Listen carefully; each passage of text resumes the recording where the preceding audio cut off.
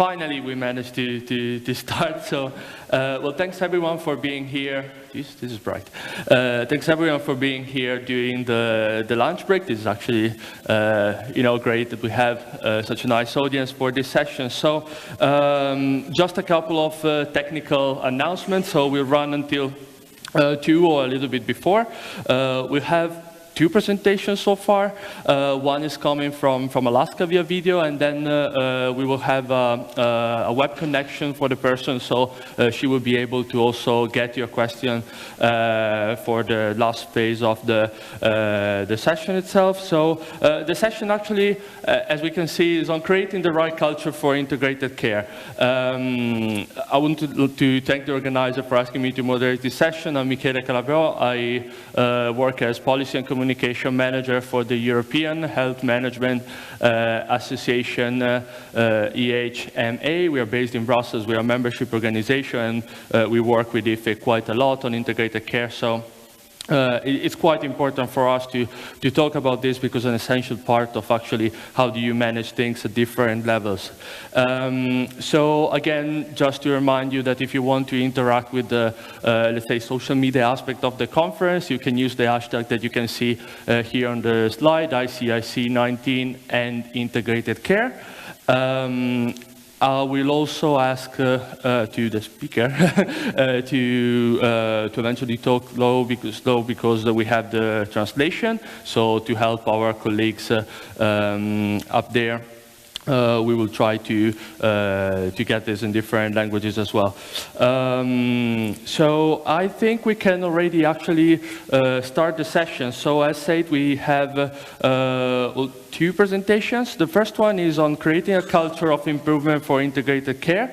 And I was saying we will have a video intervention from South Central Foundation in Alaska. And then we will have, after, also the possibility to connect with Michelle from the organization to ask her a couple of points on the video that you will about to see. So maybe we can just start the first video.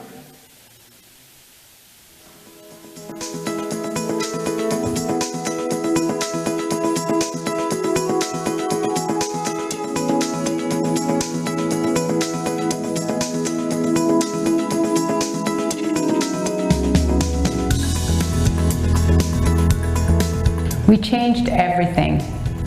Alaska Native people knew that the hospital system was not working for us. And so we took over from the federal government and we began to own and manage it ourselves. Now we're South Central Foundation, an entity in the Alaska Native owned and managed healthcare system. We operate and manage services for 65,000 Alaska Native American Indians, and we cover a large geographical area, 60 communities, small communities. So who is South Central Foundation? In Alaska, we are the population that are walking a journey of wellness together with our providers. Hello and welcome to Creating a Culture of Improvement for Better Care at South Central Foundation. I'm Melanie Bionion. I'm a Senior Improvement Advisor for South Central Foundation and a customer owner. I've been with the organization for 21 years. Our vision at South Central Foundation is a Native community that enjoys physical, mental, emotional, and spiritual wellness. Our mission is working together with the Native community to achieve wellness through health and related services.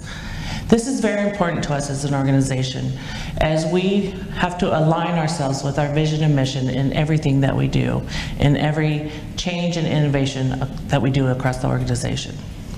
Our corporate goals are shared responsibility, commitment to quality, family wellness, and we have one more that is aligned with our corporate objectives and initiatives, and that's operational excellence. Customer ownership is very key in what we do. We went from being called patients to customer owners, and that is because we believe that we are owners in our healthcare and that we have a voice in everything that we do and the services that are provided to us. Our leadership principles spell out ownership, and we as leaders encourage ownership and responsibility, and that we share and listen to personal life stories, and that we improve for the future by learning from the past. Our operational principles spell out relationship, and we as Alaska Native people have been living this in our culture for many, many years, being in relationship with our community, with our family, and our coworkers. And we need to ensure that everything that we do for change and innovation is not only aligned with our mission and vision, but also our operational principles, and that we are in relationship with the customer owner, family, and provider, that we are intentional about the whole system design, and that we ensure that the hub of the system is the family, and that it's not complicated, and that the services and systems are built on the strengths of our Alaska Native people. Core Concepts is a 3-day training that is provided by a President, CEO, and Vice President of Organizational Development and Innovation. This is a mandatory training for all of our staff to attend. It's where we learn how to communicate with one another, learn to share and receive story with one another, and not only with one another, but also our customer owners. And we want to ensure that we are working together in relationship, that we are listening with an open mind, and that we are laughing and enjoying humor throughout the day. And I think this is very important, because if you're not enjoying your work, then this may not be the right fit for you in our organization. And we want to learn to share our stories from our hearts. In our old facility downtown, we had a system that was run by the Indian Health Service. And I'm going to share a story. This is where I received my care growing up.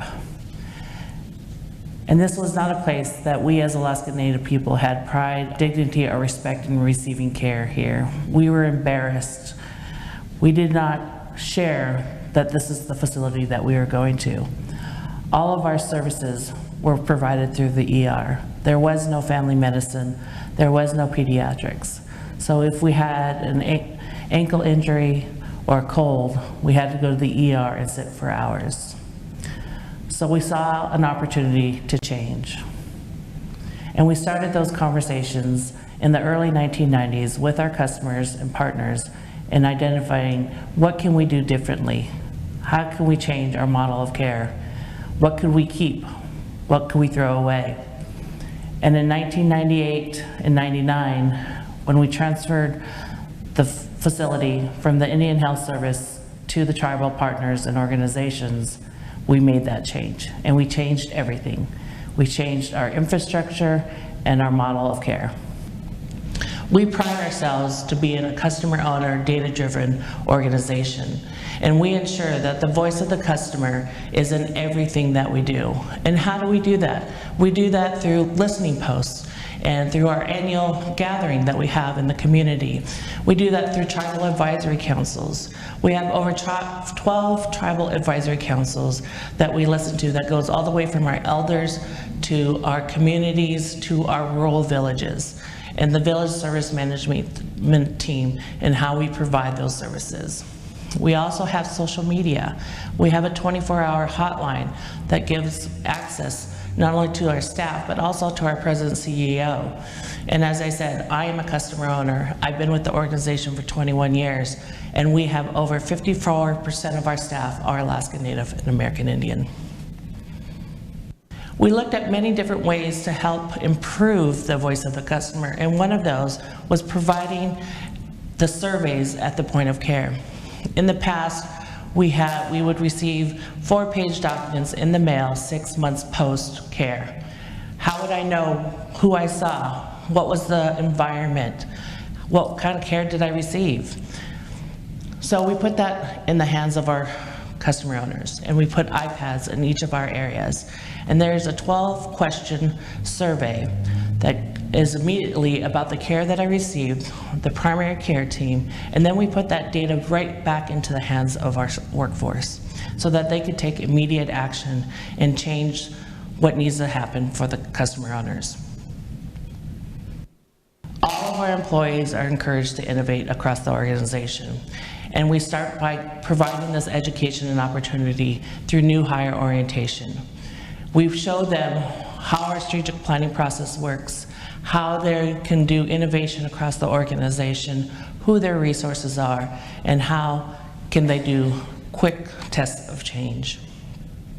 We also make this as part of all employees' performance development plans.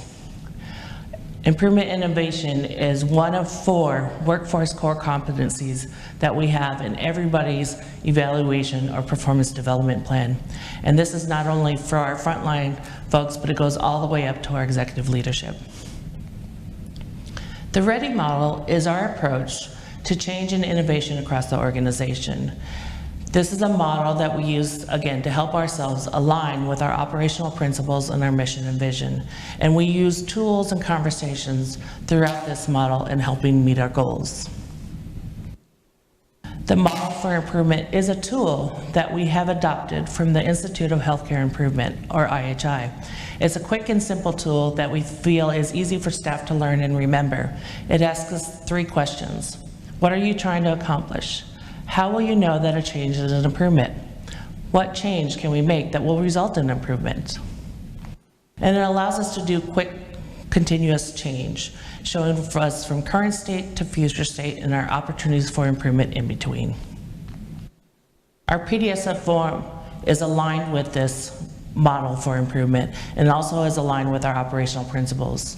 Again, with alignment of the operational principles of mission and vision, we have to question ourselves, why are we doing it? How does it affect our customer owners? If it goes against any of this, we then question ourselves, why? It doesn't mean we won't do it, it just, we have to stop ourselves and ask the question, why? Our organizational structure is different than most organizations. In most organizations, improvement folks are supplied by human resources, or it's just part of the workforce day-to-day operations. We value the importance of our staff and our skills and abilities to promote improvement and innovation, that we created a whole department and staff to focus on that. We have 30 FTEs in a department called Organizational Development that partner with our other divisions and departments across the organization. These 30 FTEs partner with Behavioral Health Services, Medical Services, Executive and Tribal Services, as well as Information Technology, Human Resources, or Development Center. And they live in that creative tension as partners when it comes to change and innovation, because we have to work out what's operational work versus improvement work. The improvement roles in our organizational development is the improvement specialist who really has knowledge of our improvement tools and methods. And they are leading improvement through the organization in partner with the executive sponsor and staff. And they are working at the department level for change.